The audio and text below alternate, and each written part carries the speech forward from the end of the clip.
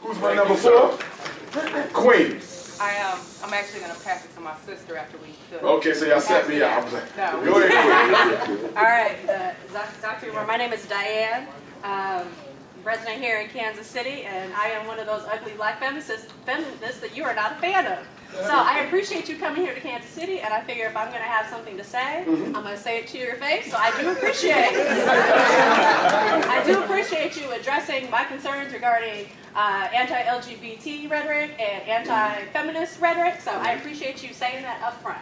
So my question is, the exact definition of hate speech is speech that offends, threatens, insults groups based on race, color, religion, natural origin, sexual orientation, disability, or other traits. That is the definition of hate speech.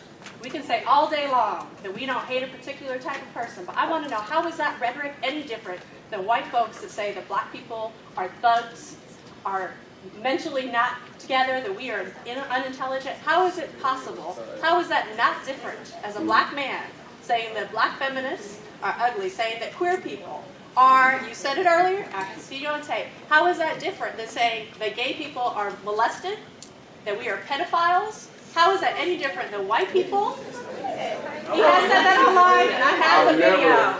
Yes, you have. No, you did say that online. I was accused and derided, as some of you guys know, because of my position on sexual confusion in the African American community. And I understand we may have a few visitors tonight, and I don't mind, okay, of that community. And so I think it's important that I clarify my perspective on black homosexuality and lesbianism so that we're all crystal clear on where I stand. Yes, it is true, I do not support it. Yes, it is true, I do not condone it. But it is absolutely false if anyone says that Dr. Umar Johnson hates any of my brothers and sisters who practice a traditional lifestyle, a non-traditional form of marriage. Right, so my question is, how is this anti-woman, anti-gay rhetoric any different than white folks who say that black people are dumb, that we're thugs? Homophobia is hate speech, and anti-womanness is hate speech. Okay. May I respond? You can. All right. Now, first, we got to take the emotionalism out of it. We won't be able to dialogue. Okay? I'm going to respond, but for the sake of time, I'm going to answer everybody's question. And if you like, when I'm done, me and you can have a private, respectful conversation. Okay? Now, okay, well, let me do this one, I'm going to go through, then we can come back to it, if you want to have that conversation. Number 1, and because I got ADHD, I didn't remember everything, but I think I can get to most of the highlights of what you said. First, you said homophobia. Yes.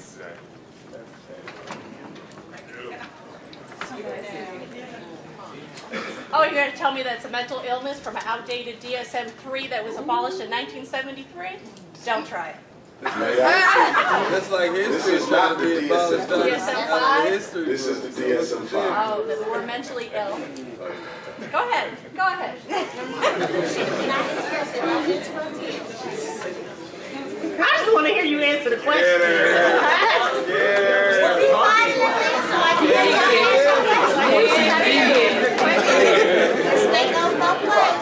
And I'm going to be respectful to you, okay? I didn't pick this up to talk about the fact that homosexuality was a mental illness in this book until 1974. But since you brought it up, I'll start with that. If you read the American Psychiatric Association position paper on the removal of homosexuality from this book as a mental illness, and I have it, it's available online, it clearly says that we did not change this classification because we had sufficient evidence to prove that people were born this way. So one of the questions that got to be dealt with from the Eurocentric mental health framework that we're dealing with this issue in, why was it removed? Now, having said that, I picked up the book to ask you on what page is the mental illness homophobia. It's not a mental illness. It's a disease, just like racism a disease. Who defined homophobia as a disease? This is the authority of mental illness. Where is the diagnosis homophobia? It's not a diagnosis. It's a state of being. It's a state of being. Phobia. It's a A state phobia. A phobia Okay. is in this book. Okay, so hate And speech a against gay phobia, people. let me, Okay. phobia is fear. Simple phobia, any type of claustrophobia, it's a fear. You said homophobia. I'm not afraid of nobody.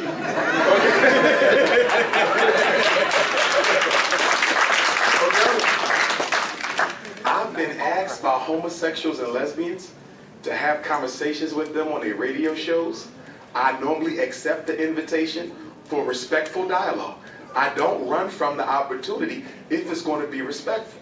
Now, I stand by my position as a psychologist, as an educator, as a therapist for normally 20 years. And in 95% of the cases of gay and lesbians I personally know and met and worked with, most of them were victims of sexual abuse as children. I'm speaking not what some white person wrote in some research study. I'm telling you what I know. Amongst black folk, it is a pathology born of childhood sexual victimization. Denial is at the root of all mental illness. It's easy to say, I was born like this, so I don't have to deal with the pain that triggered it. Now,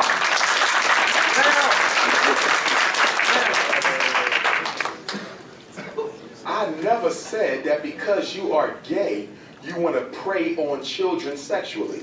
Now, do you have a strong case of homosexuals and lesbians who prey on children? Look at the Roman Catholic Church. We don't have to debate whether or not folks who are sexually confused who may also prefer children.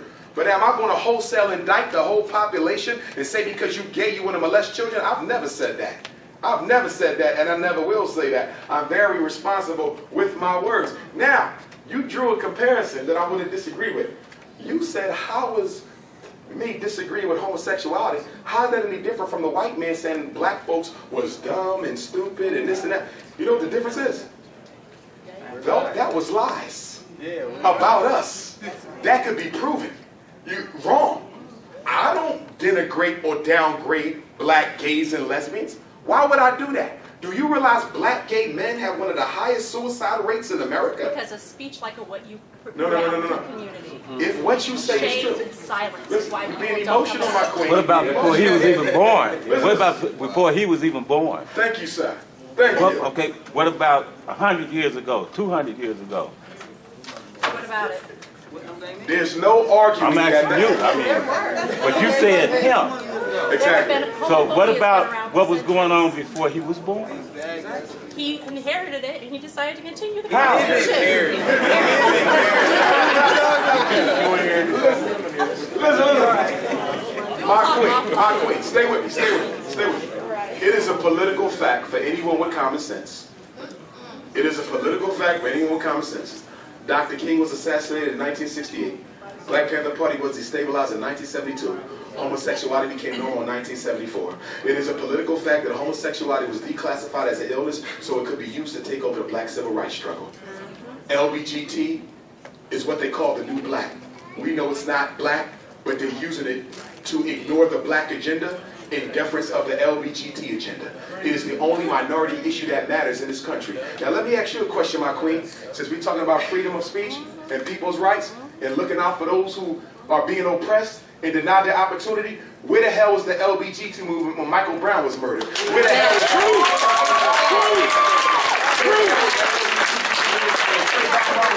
Where was y'all? Y'all don't speak out against what goes wrong with black folks. Answer that for you. No, y'all don't. I've been to Ferguson. I've started organizations here, and maybe You're talking about you. I'm talking about that movement. Guess what? The 3 women that started Black Lives Matter, both Patrice and Alicia, are queer black women, and they are You're making talking sure. about individuals. I am talking I'm talking about 3 your population. women. I am talking about 3 women do that started not this movement. speak out against white Yes, supremacy. they do.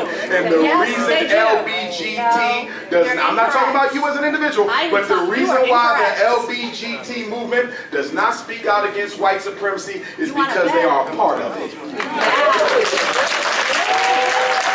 my number 4.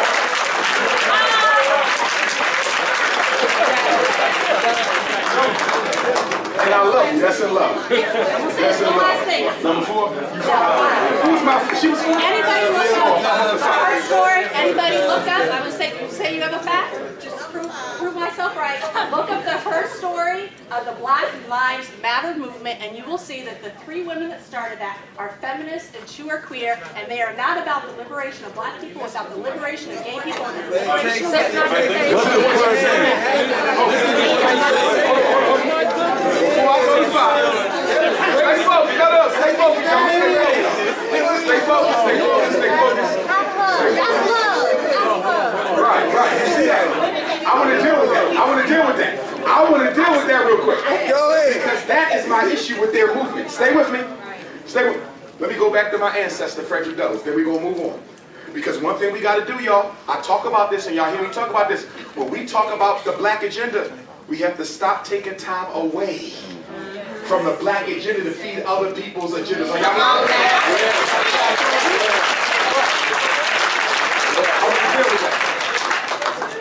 I want to draw a parallel, respectfully. When Frederick Douglass was fighting for the right for blacks to get the vote, Susan B. Anthony and other white feminists told Frederick Douglass that you should not let the black man get the vote until the white woman get the vote. And Frederick Douglass said the struggle of a whole race ain't got a damn thing to do with your struggle against your man.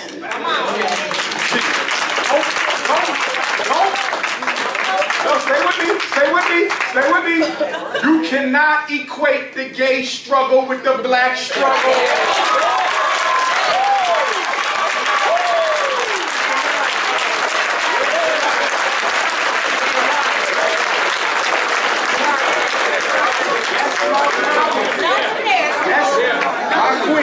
That's my problem. Respectfully, they are not together. No, my sister, no.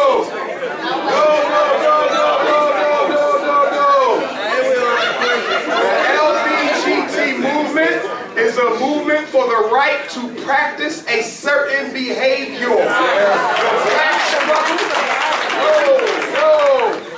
the struggle for black folk is a struggle to be treated like a human being.